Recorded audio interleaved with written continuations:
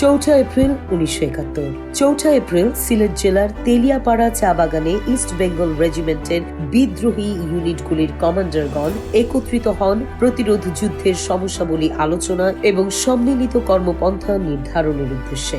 এ বৈঠকে যোগ দেন ইবিআর এর প্রতিষ্ঠাতা হিসেবে পরিচিত অবসরপ্রাপ্ত colonel Mohammad Ataul Gani Osmani, lieutenant colonel Abdur Rab, major Ziaur Rahman, major Khaled Mosharraf, major Shafiullah, major Kazi Nuruzzaman, major Nurul Islam, major Momin Chowdhury এবং আরো কয়েকজন। এই প্রথম বিদ্রোহী কমান্ডাররা তাদের আঞ্চলিক অবস্থান ও প্রতিরোধের খণ্ড খণ্ড চিত্রকে একত্রিত করে সারা দেশের সামরিক পরিস্থিতি উপলব্ধি করার সুযোগ পান।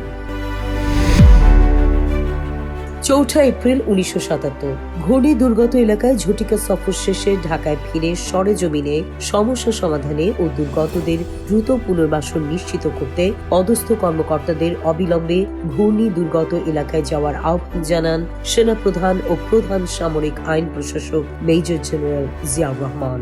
উপদ্রুত এলাকার পরিস্থিতি অনুধাবন এবং দুর্গতদের দুর্দশা লাঘবে তাৎক্ষণিক সিদ্ধান্ত গ্রহণ করার আহ্বানও জানান তিনি। জিয়াউর রহমান বলেন, দুর্গত এলাকায় কর্মরত চিকিৎসক দলের সংখ্যা বৃদ্ধি, ঘরবাড়ি পুনর্নির্মাণ এবং নলকূপ বসিয়ে খাবার পানি নিশ্চিত করতে হবে। কৃষি ঋণ বন্টন জোরদার এবং প্রয়োজনে বীজ অনুদান দিতে হবে ও অবিলম্বে উপদ্রুত এলাকায় বিদ্যুৎ ও টেলিযোগাযোগ পুনঃপ্রতিষ্ঠার নির্দেশ দেন তিনি। চৌঠা এপ্রিল 1977। শফিপুরে আনসার প্রশিক্ষণ কেন্দ্রে শিক্ষা সমাপনী কুচকাওয়াজে সেনাপ্রধান ও প্রধান সামরিক আইন প্রশাসক মেজর জেনারেল জিয়াউর রহমান বলেন, আইন শৃঙ্খলা রক্ষা ও সীমান্তে প্রহরা ছাড়াও আনসার বাহিনীকে জাতি গঠন ও উন্নয়নমূলক বিভিন্ন কাজের দায়িত্ব দেওয়া হবে। চৌঠা এপ্রিল 1978। প্রেসিডেন্ট জিয়াউর রহমানের জাপান সফরের প্রাক্কালে আজ স্থানীয় পত্রিকা মাইনচি শিনবুনে প্রকাশিত সম্পাদকীয়তে বাংলাদেশের প্রেসিডেন্টের জাপান সফরকে স্বাগত জানানো হয়েছে। সম্পাদকীয়তে বলা হয়, প্রধানমন্ত্রী তাকিও ফুকুদার আমন্ত্রণে বাংলাদেশের প্রেসিডেন্ট জিয়াউর রহমান 5ই এপ্রিল এখানে আসছেন। আমরা প্রেসিডেন্টের এই সফরকে স্বাগত জানাই। আশা করি তার এই সফর সফল হবে। চৌঠা এপ্রিল 1979। মানিকগঞ্জের প্রত্যন্ত অঞ্চলে সকাল থেকে সন্ধ্যা পর্যন্ত 3টি থানা সফর করেন প্রেসিডেন্ট জিয়াউর রহমান।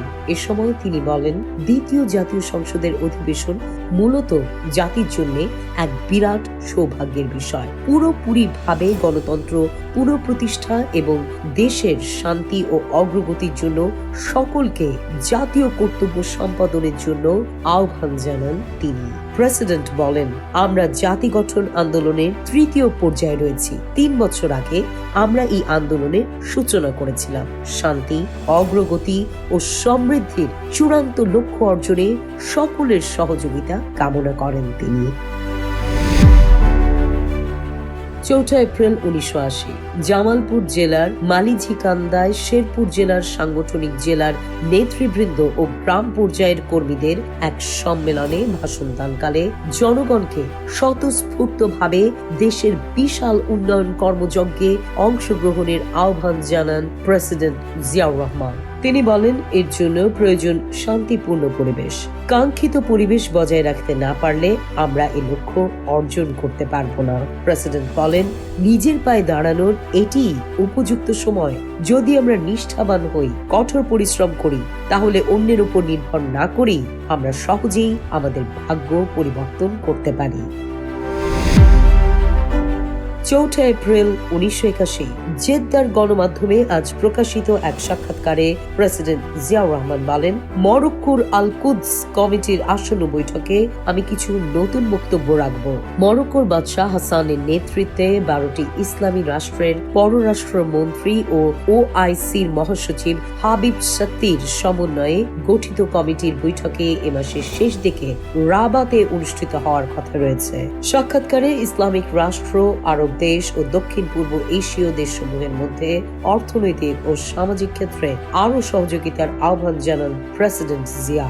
ভারত মহাসাগরকে গোলযোগ ও হুমকি থেকে মুক্ত রাখার জন্য এবং এসব হুমকি মোকাবেলায় প্রয়োজনীয় ব্যবস্থা গ্রহণ অত্র অঞ্চলের দেশগুলোর প্রতি আহ্বান জানান তিনি। উপসাগরীয় সহযোগিতা পরিষদ গঠনের জন্য প্রেসিডেন্ট জিয়াউর রহমান সমর্থন জানিয়ে বলেন, উপসাগরীয় রাষ্ট্রসমূহের মধ্যে অর্থনৈতিক, সাংস্কৃতিক ও সামাজিক সম্পর্ক জোরদার করতে পরিষদ গঠনের উদ্যোগে আমরা খুশি হয়েছি।